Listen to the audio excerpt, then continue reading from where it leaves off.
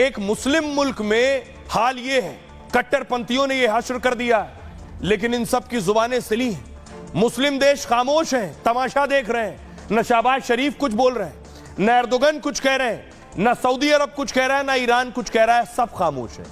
आगे कौन आया हसीना को बचाने के लिए? भारत ने अपना एयरबेस दिया है। ये हिंडन एयरबेस आप देख रहे हैं। हिंडन एयरबेस पर बाकायदा शेख हसीना आकर रुकी हुई हैं, यही इनका विमान उतरा और इसी जगह पर शेख हसीना को रखा गया है और खास सुरक्षा में। आइए मैं आपको दिखाऊं, ये खास सुरक्षा से पहले भारत ने ऑल पार्टी मीटिंग की है। आज बड़ी बैठक ली है कि शेख हसीना भारत में है। सारे दलों को बुलाया गया, लगभग सभी विपक्षी दल थे। राहुल गांधी मौजूद थे, एस जयशंकर, राजनाथ सिंह, गृह मंत्री अमित शाह और स्वास्थ्य मंत्री जेपी नड्डा, ये सब मौजूद थे। और अब ये जो तस्वीर है, भारत ये सोच रहा है कि आगे क्या करना है, लेकिन भारत ने दुनिया के सारे देशों को, खासतौर से उन मुस्लिम देशों को आईना दिखाया है जो बात बात पर छाती पीटते हैं कि एक मुस्लिम मुल्क के साथ अगर कोई खड़ा हुआ तो वो मोदी थे।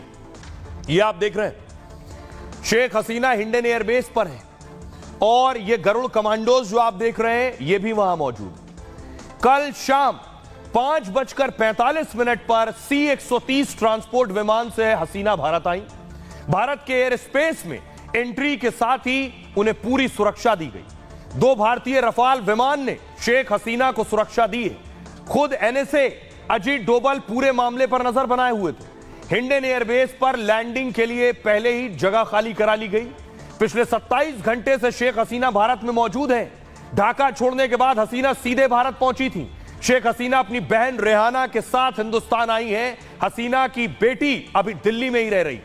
कल रात 1 बजे उनके लंदन जाने की अटकलें थीं, लेकिन अभी गाजियाबाद में ही मौजूद है शेख हसीना। गाजियाबाद के हिंडन एयरबेस पर कड़ी सुरक्षा में है। हसीना को एयरबेस के सेफ हाउस में इस वक्त रखा गया है। उनकी सिक्योरिटी में वायुसेना के गरुड़ कमांडोज भी तैनात हैं। विमान की लैंडिंग के बाद ही गरुड़ कमांडो ने मोर्चा संभाल लिया।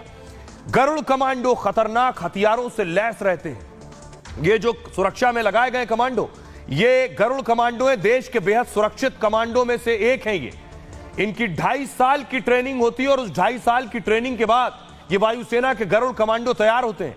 हिंडन एयरबेस पर NSA अजीत डोभाल खुद पहुंचे। डोभाल और शेख हसीना के बीच 1-1.5 घंटे तक बातचीत हुई।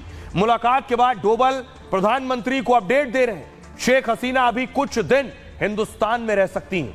हिंडन एयरबेस के गेस्ट हाउस में रहने का उनका पूरा इंतजाम कर लिया गया है। शेख हसीना के साथ आए कुछ रिश्तेदार लंदन रवाना हो चुके हैं। बांग्लादेश से आया मिलिट्री विमान वापस बांग्लादेश लौट गया है।